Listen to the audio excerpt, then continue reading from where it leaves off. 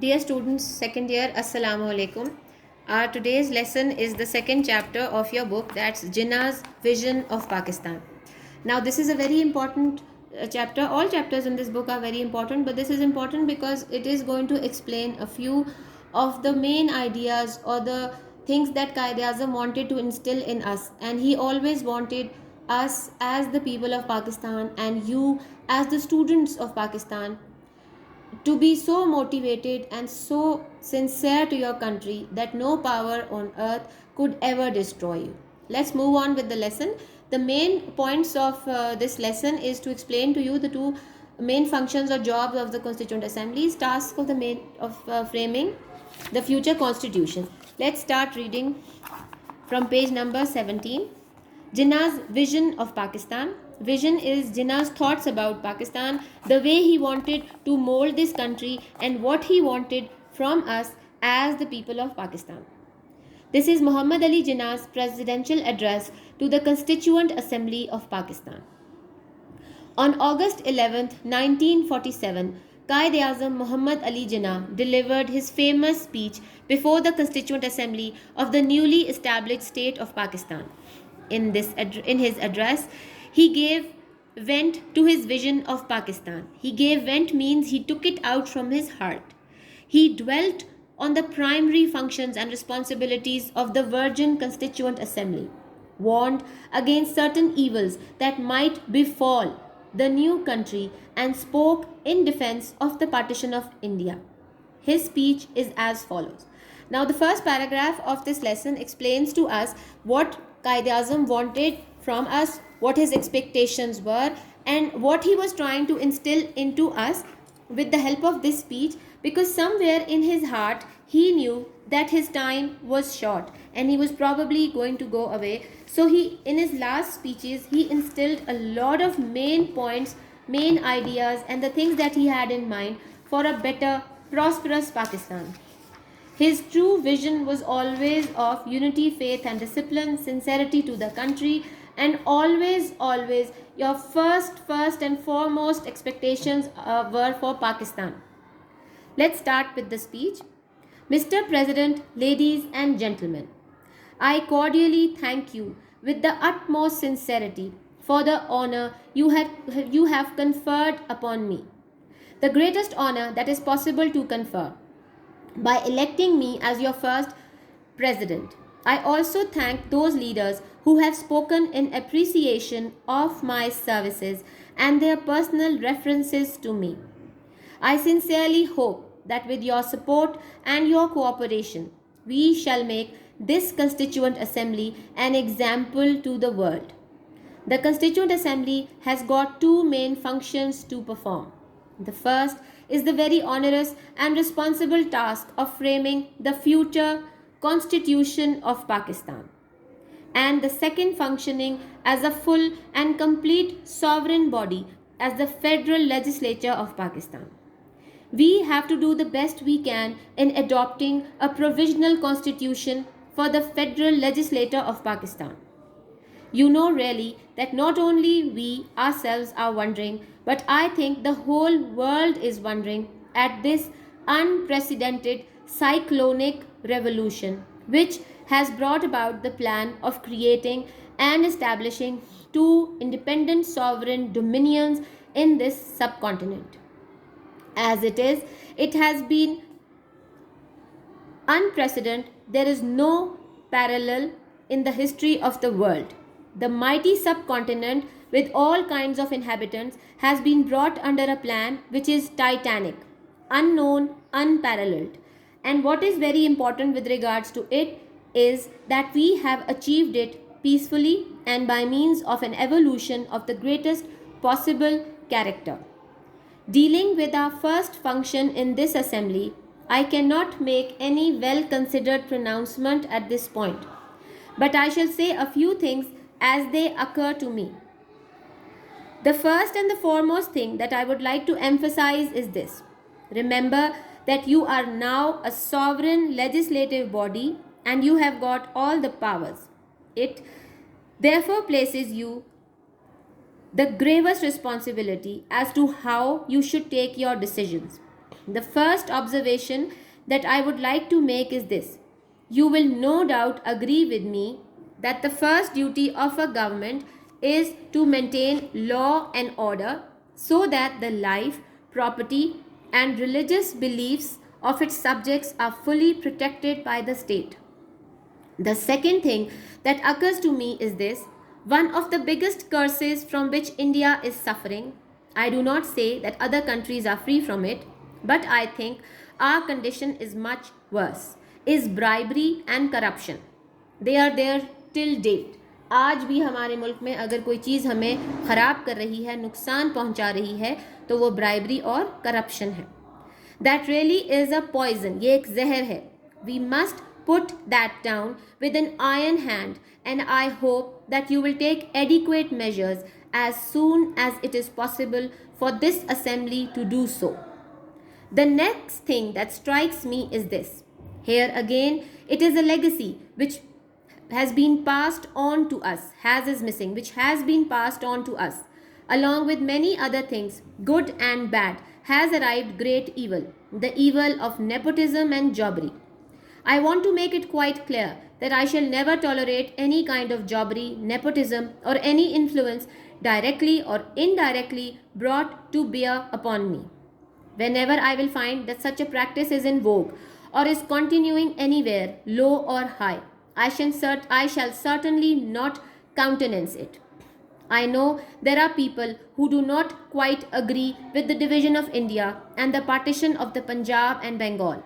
Much has been said against it, but now that it has been accepted, it is the duty of every one of us to loyally abide, honorably act according to the agreement which is now final and binding on all.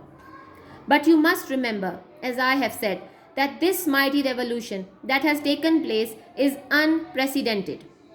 One can quite understand the feeling that exists between the two communities whenever one community is in majority and the other is in minority. But the question is whether it was possible or practicable to act otherwise than what has been done. A division has to take place on both sides in Hindustan and Pakistan. There are sections of people who may not agree with it, who may not like it. But in my judgment, there are no other solutions, and I am sure the future history will record its verdict in favor of it. And what is more, it will be provided by actual experience as we go on that it was only the solution of India's constitutional problem. Any idea of a united India could never have worked, and in my judgment, it would have led us to terrific disaster. बहुत बड़ी तबाही. Maybe that view is correct. Maybe it is not. That remains to be seen. All the same, in this division, it was impossible to avoid the question of minorities being in one dominion or the other. Now that was unavoidable. There is no other solution. Now what shall we do? Now if we want to make this great state of Pakistan happy and prosperous, we should wholly and solely concentrate on the well-being of the people and especially of the masses and the poor. If you will work in cooperation, forgetting the past, burying the hatchet, you are bound to succeed. If you change your past and work together in a spirit that every one of you, no matter to what community he belongs, no matter what relations he had with you in the past, no matter what is his color, caste or creed, is first, second and last a citizen of the state with equal rights, privileges and obligations, there will be no end to the progress you will make. I cannot emphasize it too much. We should begin to work in that spirit. And in the course of time, all these angularities of the majority and the minority communities, the Hindu community and the Muslim community, because even as regards Muslims, you have Pathans, Punjabis, Shias, Sunnis and so on. And among the Hindus, you have Brahmins, Vaishnavas, Khatriyas, also Bengalis, Madrasis and so on will vanish. Indeed, if you ask me, this has been the biggest hindrance in the way of India to attain freedom and independence. Else, we would have been a free people long ago. No power can hold another nation, especially a nation of 400 million souls in subjection. nobody could have conquered you, and even if it had happened, nobody could have continued its hold on you for any length of time but for this. Therefore, we must learn a lesson from this. You are free to go to your temples, you are free to go to your mosques or to any other place of worship in this state of Pakistan. You may belong to any religion or caste or creed that has nothing to do with the business of the state. Now I think we should keep that in front of us as our ideal, and you will find that in the course of time, Hindus would cease to be Hindus and Muslims would cease to be Muslims. Not in the religious sense, because that is the personal faith of each individual, but in the political sense as citizens of the state.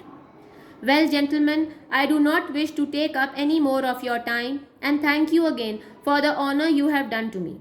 I shall always be guided by the principles of justice and fair play without any, as is put in the political language, prejudice or ill will, in other words, partiality or favoritism. My guiding principle will be justice and complete impartiality, and I am sure that with your support and cooperation, I can look forward to Pakistan becoming one of the greatest nations of the world. Now I'll give you the English meanings and then after that Urdu translation. The first word is abide by. This is a phrase: to tolerate, to put up with, or to accept or submit, to comply with. Angularity is a noun. The state of being placed at an angle, difference, disparity, discrepancy. Appreciation, noun. Thanks or gratitude, an assessment of the true worth of persons and their actions and worth. Barrister, noun. Barrister at law, a lawyer who has been called to the bar and is qualified to plead in the higher courts. Champion, verb, to support or defend a cause or an ideal. Conscientious, adjective, controversial, debatable, disputed, open to question. Cordially, adverb, warmly and amicably. Curse, noun, something that brings or causes great trouble or harm. Cyclonic, adjective, great, awesome and stormy like a cyclone. Remarkable, momentous. Dominion, noun, self-governing division having its own rule of law and authority, a state. Emphasize, verb, to give emphasis or prominence, to underscore, highlight. Foremost, adjective, first in time, place or rank, etc. Chief, primary, principal. Give expression to, the choice of words, phrases, syntax, intonation, etc. to communicate one's ideals, feelings, emotion, etc. Gravous, adjective, superlative of grave, extremely serious, solemn, of great significance. Hindrance, noun, an obstruction, obstacle, a snag, an impediment. Impartial, adjective, not prejudiced against or towards any particular side or party, fair, just and unbiased. In vogue, phrase, a popular practice or fashion at a particular time. Inclusive, adjective, comprehensive, considered together without exceptions. Inhabitants, noun, permanent residents of particular place or region. Iron hand, noun, harsh or rigorous control, firm, stern, strict, stringent. Jobbery, noun, the practice of making private personal profit out of a public office through corruption or graft. Legacy, noun, something handed down or received from any ancestor or predecessor. Legislator, a body of persons, the parliament vested with the power to make, amend and repeal laws for the state. Liberal, relating to or having social and political views that favor progress and reform. Liberal is an adverb, adjective probably. Nepotism, noun, favoritism shown to relatives or close friends by those with power or influence. Obligation, noun, a moral or legal requirement, duty, agreement, bond, commitment, promise. Onerous, adjective, laborious or oppressive, burdensome, demanding, difficult. Privileges, fundamental rights guaranteed to the citizens of a country by its constitution. Pronouncement, noun, an official or authoritative statement or announcement. Secular, adjective, of or related to worldly things as opposed to the sacred, not concerned with or related to religion, not within the control of the church or religion. Sovereign, adjective, supreme in rank or authority. Subjection, noun, the act, process of bringing under control or authority. Temple, Hindu place of worship. Titanic, adjective, huge, colossal, enormous, gigantic, massive. To advocate, verb, to support or recommend publicly. To bury the hatchet, to cease hostilities and become reconciled of friends. To countenance, to support or encourage, to sanction, to tolerate, to endure. To vanish, verb, to disappear, especially suddenly or mysteriously, fade away. Unavoidable, adjective, that which cannot be avoided. Inevitable, certain, inescapable. Unprecedented, adjective, having no precedent, unparalleled, exceptional, extraordinary, unrivaled. Utmost, adjective, of the greatest possible degree or amount. Verdict, noun, a decision, judgment or conclusion. Vision, the act, faculty, or an instance of great perception, especially of future development, far-sightedness, foresight, insight, intuition. Now let's start with the Urdu translation. 14 اگست 1947 کو قائد اعظم محمد علی جناح نے نئے تخلیق شدہ ریاست پاکستان کے دستور ساز assembly کے سامنے مشہور خطاب کیا. اپنے خطاب میں آپ نے پاکستان کے لیے ایک مستقبل کے لائحہ عمل کے بارے میں اپنے خیالات کا اظہار کیا. آپ نے نئے دستور ساز اسمبلی کے مقاصد اور ذمہ داریوں کی وضاحت کی. چند خطرات کے بارے میں متنبہ کیا جو اس نوزائیدہ ملک کو نقصان پہنچا سکتے ہیں اور ہندوستان کی تقسیم کے حق میں دلائل دیے. آپ کی تقریر مندرجہ ذیل ہے. جناب صدر، خواتین و حضرات، آپ لوگوں نے مجھے جو عزت دی، سب سے بڑی عزت کی کہ مجھے اپنا پہلا صدر منتخب کیا. اس کے لیے دل کی گہرائیوں اور پورے اخلاص کے ساتھ آپ لوگوں کا شکریہ ادا کرتا ہوں. میں ان رہنماؤں کا بھی مشکور ہوں جنہوں نے ذاتی طور پر میرا حوالہ دے کر میری خدمات کو سراہا. مجھے پوری امید ہے کہ آپ کی حمایت اور تعاون سے ہم اس دستور ساز اسمبلی کو دنیا کے لیے ایک مثال بنا دیں گے. اس اسمبلی کے 2 اہم کام سر انجام دینے ہیں. پہلا کام پاکستان کے مستقبل کی آئین سازی کا مشکل اور ذمہ داری کا حامل کام ہے، اور دوسرا یہ ہے کہ اسے پاکستان کے ایک مکمل اور مضبوط با اختیار قانون ساز ادارے کے طور پر فرائض انجام دینا ہے. ہمیں پاکستان کی وفاقی قانون ساز اسمبلی کے لیے ایک عبوری آئین کی تشکیل کے لیے احسن طریقے سے کام کرنا ہے. تم جانتے ہو کہ در حقیقت نہ صرف ہم خود بلکہ پوری دنیا اس بے نظیر اور طوفانی انقلاب پر حیران ہے جس نے برصغیر میں 2 آزاد اور خود مختار ریاستوں کی تخلیق اور قیام کے منصوبے کو ممکن بنایا. جیسا کہ یہ ہے کہ بے مثال اور بے نظیر رہا ہے، دنیا کی تاریخ میں اس کی مثال موجود نہیں. یہ طاقتور برصغیر اپنے تمام قسم کے باشندگان سمیت ایک ایسے منصوبے کے تحت لایا گیا ہے جو کہ انتہائی عظیم، عجیب اور بے مثال ہے. اور اس سے متعلق اہم ترین بات یہ ہے کہ ہم نے اسے پرامن طریقے اور عظیم کردار کے ارتقاء کے ذریعے سے حاصل کر لیا ہے. میں اس موقع پر اس اسمبلی کی پہلی ذمہ داری سے متعلق کچھ قابل غور گفتگو نہیں کر سکتا، لیکن میں چند باتیں عرض کروں گا جو کہ میری ذہن میں آتی ہیں. سب سے پہلی اور اہم چیز جس پر میں زور دینا چاہوں گا وہ یہ ہے کہ یاد رکھو کہ اب تک ایک خود مختار قانون ساز ادارہ ہو اور آپ کو جملہ اختیارات حاصل ہیں. اس لیے یہ آپ پر بہت بڑی اور سنجیدہ ذمہ داری ڈالی ہے کہ آپ کو کس طرح اپنے فیصلے کرنے ہیں. میرا سب سے پہلا خیال یہ ہے کہ بے شک آپ لوگ مجھ سے اتفاق بھی کریں گے کہ حکومت کی پہلی ذمہ داری یہ ہے کہ امن و امان کو قائم رکھے تاکہ ریاست اپنے رعایا کی جانوں، املاک اور مذہبی عقائد کی مکمل طور پر حفاظت کر سکے. دوسری چیز جو میرے ذہن میں آتی ہے وہ یہ ہے کہ سب سے بڑی لعنت جس میں ہندوستان گرفتار ہے، میں نہیں کہتا کہ دوسرے ممالک اس سے پاک ہیں، لیکن میرے خیال میں ہماری حالت ان سے بدتر ہے، رشوت اور بدعنوانی. یقیناً یہ ایک زہر ہے، ہمیں آہنی ہاتھوں میں سے اس سے نپٹنا چاہیے. مجھے امید ہے کہ آپ لوگ جلد از جلد جہاں تک اس اسمبلی کے لیے ممکن ہے کافی اقدامات اٹھائیں گے. ایک اور چیز جو مجھے پریشان کرتی ہے وہ یہ ہے کہ ہمیں ورثے میں ملی ہے دوسری بہت سی اچھی اور بری چیزوں کے ساتھ یہ برائی ہم تک پہنچی ہے، اور وہ ہے اقربا پروری اور اختیارات کا ناجائز استعمال.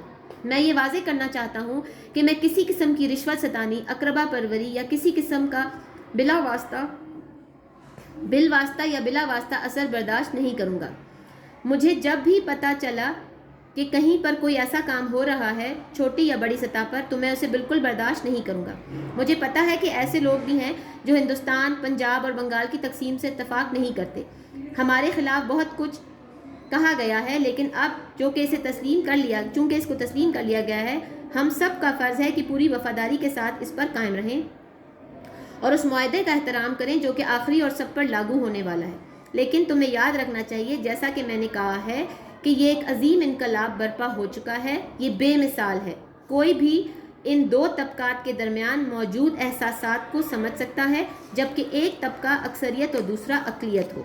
لیکن سوال یہ پیدا ہوتا ہے کہ جو کچھ کہا گیا ہے کیا اس کے برعکس کچھ کرنا ممکن ہے یا قابل عمل ہے؟ تقسیم کا ہونا طے پا گیا ہے. ہندوستان اور پاکستان میں دونوں طرف سے طبقات موجود ہیں جو شاید اس سے متفق تھے اور نہ اسے پسند کرتے تھے، لیکن میری نظر میں اس کا کوئی متبادل حل نہ تھا، اور مجھے یقین ہے کہ مستقبل کی تاریخ اس کے حق میں اپنا فیصلہ سنائے گی. اور مزید یہ کہ جو ہی ہم آگے بڑھیں گے، عملی تجربے سے ثابت ہوگا کہ ہندوستان کے آئینی مسئلے کا واحد حل یہی تھا. متحدہ ہندوستان کے نظریے سے بھی کبھی بھی کام نہیں بن سکتا تھا، اور میرے خیال میں ایسا نظریہ ہمیں خوفناک تباہی کی طرف لے جاتا۔ شاید وہ نظریہ ٹھیک ہے اور شاید یہ خیال درست نہ ہو، یہ دیکھنا ابھی باقی ہے۔ بالکل اسی طرح اس تقسیم میں اقلیت کے سوال سے احتراز کرنا ناممکن تھا، جو کہ ایک ریاست یا دوسرے میں آباد تھے۔ اس مسئلے سے بچنا ممکن تھا، اس کا دوسرا حل کوئی نہیں ہے۔ اب ہمیں کیا کرنا چاہیے؟ اگر ہم پاکستان کی اس عظیم ریاست کو خوش اور خوشحال بنانا چاہتے ہیں تو ہمیں پوری طرح اور مکمل طور پر اس کے عوام اور بالخصوص عام لوگوں اور غریبوں کی مدد پر توجہ مرکوز کرنی چاہیے۔ اگر تم ماضی کو بھلا کر اور باہمی اختلاف ختم کر کے تعاون کے ساتھ کام کرنے پر تیار ہو تو یقیناً تم کامیاب ہو جاؤ گے۔ اگر تم ماضی کو بھلا کر پورے جذبے اور اخلاص کے ساتھ کام کرو، قطع نظر اس بات سے کہ تم میں سے ہر کوئی کسی طبقے سے تعلق رکھتا ہے، ماضی میں اس کا تمہارے ساتھ کیسا تعلق رہا ہے، اس کا رنگ، اس کا عقیدہ کیا ہے، وہ اس ریاست کی یکساں حقوق، مراعات اور فرائض کا حامل شہری ہے، تو اس صورت میں تم جو ترقی کرو گے اس کی کوئی انتہا نہیں ہوگی۔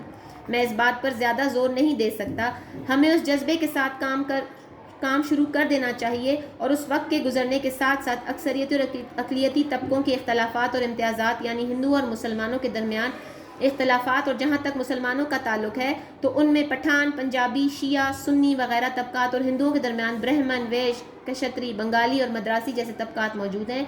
یہ تمام اختلافات اور ذات پات ختم ہو جائے گا۔ در حقیقت اگر تم مجھ سے پوچھو تو یہی بات ہندوستان کی آزادی کی راہ میں سب سے بڑی رکاوٹ رہی ہے، ورنہ ہم پہلے بھی آزاد ہو سکتے تھے۔ کوئی بھی طاقت کسی دوسری قوم کو غلام نہیں رکھ سکتی، اور خاص طور پر 400 ملین انسانوں کو کوئی بھی آپ کو فتح نہیں کر سکتا، اور اگر ایسا ہوتا تو کوئی بھی تمہیں دیر تک زیر تسلط نہیں رکھ سکتا تھا، مگر صرف اسی وجہ سے۔ اس لیے ہمیں اس سے سبق حاصل کرنا چاہیے۔ تم آزاد ہو، تمہیں مندروں میں جانے کی آزادی ہے، تمہیں مسجدوں میں جانے کی آزادی ہے، چاہے تمہارا تعلق کسی بھی مذہب، ذات یا عقیدے سے ہو، اس ریاست کے معاملات میں کوئی تعلق نہیں۔